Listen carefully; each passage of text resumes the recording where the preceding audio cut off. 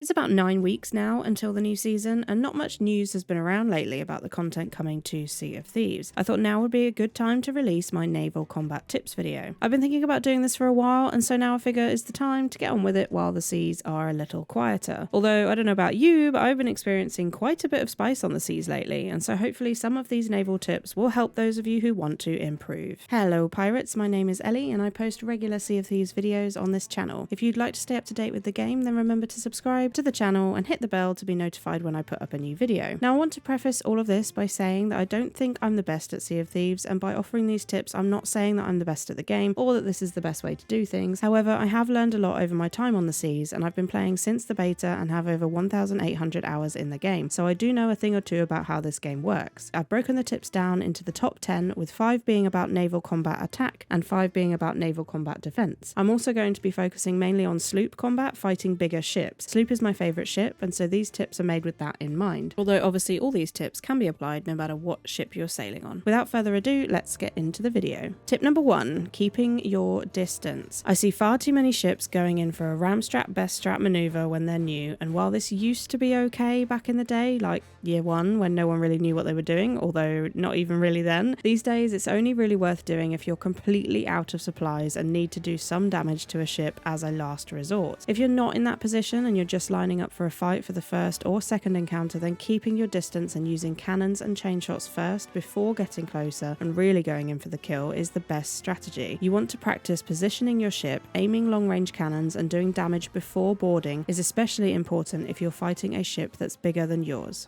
Tip number 2, know your enemy. Every ship in Sea of Thieves has strengths and weaknesses, and knowing these can give you an advantage over them on the seas, especially in combat. A few examples here would be that the Brigantine is the fastest ship on the seas in crosswind where full billow is achievable, and is only bested by the Galleon in straight tailwind situations. This can give you an advantage on the seas for sure. Knowing the speeds of different ships will certainly help in combat. Things like the sloop being fastest in a straight headwind with sails flat, and the fact that a Galleon can struggle more with fire and the spreading of fire during a fight are all things that will help you be better equipped to take on other ships. Brigs can reset quickly because they're super fast, galleons are slower in closer combat, and sloops have areas that can't even take damage. But with only one mast, they're actually at a great disadvantage when demasted. Learn what the strengths and weaknesses are of the other ships and take the time during a fight to think more strategically about how you can beat them by using this information.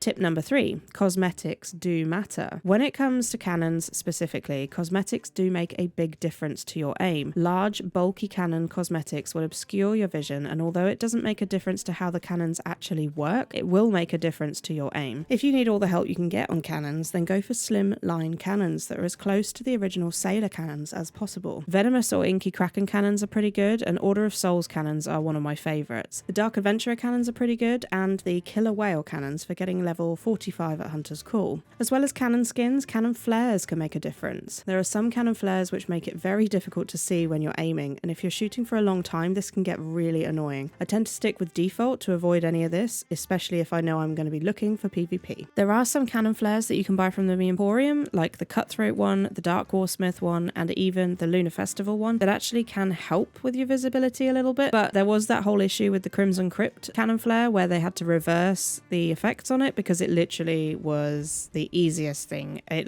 basically removed the cannon flare altogether. So I wouldn't really recommend buying a cannon flare just so that you can see better. The default is just fine, but if you really want to, I would go with either Dark Warsmith or Cutthroat. Tip number 4, ship positioning. This is one of the hardest things to master in Sea of Thieves, and it is, in my opinion, probably about 90% of why a ship will sink. At some point in a fight, one of you will get the upper hand, and it is always position based. Think about it. If you get a good angle with cannons and the other boat can't hit you, if you nail a death spiral and manage to keep hitting them to stop them repairing their mast or get underway again, if you manage to keep out of a galleon's broadside and nail a good few chains and curse cannonballs, all of these things require great ship positioning, and even after years on the seas, my crew and I are still working on this. It's something that is very situational in some respects, but can also be something you use against more novice ships on the seas. There are several factors at play, but the main idea is to basically position your ship in a way that keeps you slightly ahead or sometimes behind, the ship you're fighting, especially if it's a bigger ship. I have the best success when we cut across the front of a ship, giving us a cannon angle and avoiding their broadside. It's hard to explain, so I'm hoping the examples I'm showing on screen are helping. For instance, here we're approaching a galleon we'd been fighting for a while, and we were pretty much out of supplies. This kind of distance and angle is ideal for hitting cannon shots, chain shots, and eventually curses, all while staying out of their broadside. We basically approached the ship from pretty far out, but made sure we were going as fast as possible to keep ahead of them, while angling slightly towards the front of their ship. As we get closer, we hit as many shots as we can, and once we're near enough to try for some chains, we do that, and then as we get even closer, we curl around the front of their ship while hitting with curses. Obviously, because I landed my chains, it slowed them down, which in turn meant we had to slow down in order to make the turn in front of them. Being aware of ship speed is really crucial to ship positioning.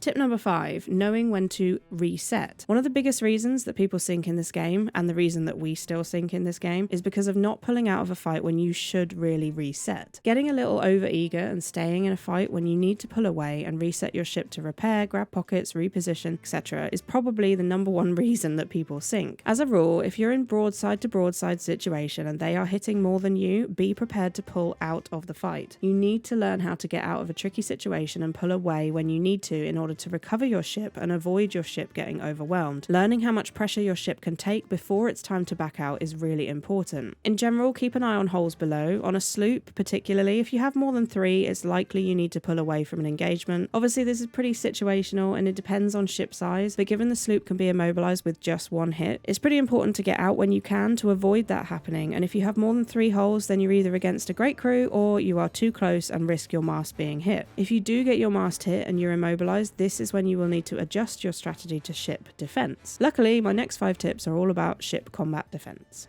Tip number 1, listening for and defending against boarders. As a sloop player, there are at most 2 of you, and more often than not in combat, you can find yourself alone on the boat. It's very important that you learn how to listen out for and defend against boarders. A person boarding your boat is a pretty big threat when you're on a sloop. With just a few firebombs, a player can make 3 or more holes in your ship and sink you. If they board and kill you, they immediately have the upper hand, and it's up to you to get back control of your ship. Therefore, defending against boarders and being able to make it hard for people to get on your ship is extremely important. My main tip here is to have one of you run blunder. A blunderbuss is a great defense for boarders. Not only can it one-shot kill anyone at the top of a ladder, it also has the ability to blast them off the ladder altogether. Personally, I run sniper sword as a combo a lot of the time, so if I see a mermaid, I like to position myself facing the back of the boat behind the cannons. Here I can get a great shot of the ladder with my sniper, then as they board, run up there with my sword to get the 2 last hits needed to kill them. Main thing is to learn the sounds of swimming and boarding and make sure that you're always listening out for it during any combat, particularly close quarters ship combat where boarding opportunities are easy. Tip number 2, fast mast repairs. If you do find yourself in a situation where your mast is hit, you don't need to patch it in all 3 spots before lowering your sail. If your mast is hit on a sloop, then this becomes the number 1 priority over everything else happening. Getting your mast back up and getting mobile are essential. Ideally, if you can, you want both, if you're a duo sloop, to grab the mast and pull it up. One jump down and plank the mast with 1 plank, and as soon as you've planked it with 1, call it out and the other will drop the sail. This gets you moving and out of trouble fast. You can then plank the rest of the mast while you're sailing away to reset and recover. Quick mast repairs are a great thing to practice and can really help you out of a sticky situation. Obviously, there are certain scenarios where if your mast is down but you do have cannon angle and your opponent is also in trouble, then staying on the cannon can sometimes be an okay idea, but again, this is very situational. Tip number 3, don't fix every hole yet. Speaking of fast repairs, you need to learn to prioritize your ship's repairs. If you're low on supplies or you need to get out of trouble fast, you need to prioritize what you fix. For example, the capstan is pretty low priority, especially if you're a solo slooper. It's basically a waste of a plank at that point. However, the helm, mast, and lower deck holes are the big priority. Rear holes can be mostly left alone depending on their size. There are different levels of damage. Tier 1 holes are pretty quick to repair and don't let much water in. Tier 2 holes are the most common and require a reasonable time to fix. However, if you spot a really big tier 3 hole, then even when they're at the back, they are worth fixing sharpish because they can let a lot of water in. On a sloop particularly, bear in mind that when you're full sail, you will let a lot more water in the rear deck holes compared to when you're stationary, so keep that in mind when patching up in a hurry. The main point here is that you don't need to fix every tiny rear deck hole if your time would be better spent on the cannons if you have a good angle, or on the wheel trying to ensure that you get a good angle.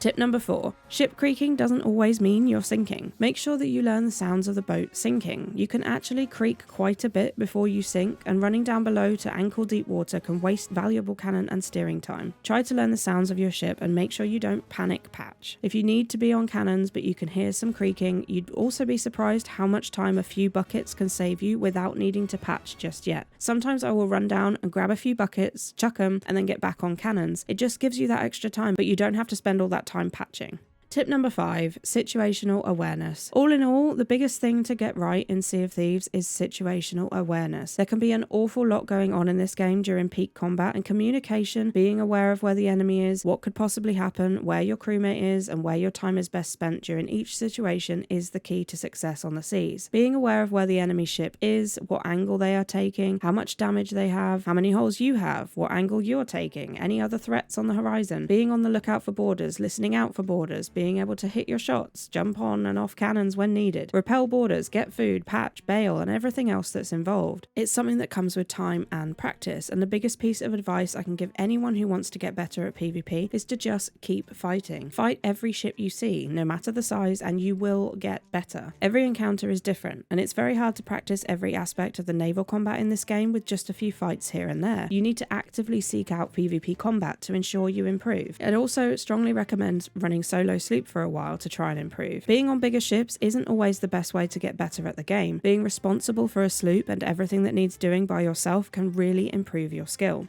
That's it, those are my top 10 tips for naval combat on Sea of Thieves. Like I said, I'm not the best by any stretch, but I can hold my own, and I'm pretty good at naval combat after my years on the seas. What are your best ship combat PvP tips for Sea of Thieves? Let me know down in the comments. If you found any of the tips helpful and you liked the video, then please do leave a like and hit the subscribe button for more Sea of Thieves content. I also stream on Twitch 3 days a week, and you can find me over at twitch.tv/EllieBoop. We usually work towards commendations and get involved in PvP as much as we can. I do also have a community Discord where you can join the Booper crew and get involved in our community game nights, look for fellow crewmates for Sea of Thieves, and make some friends along the way. I'll post a link to the Discord in the description and the comments below. Thanks again for watching, and I'll see you on the seas.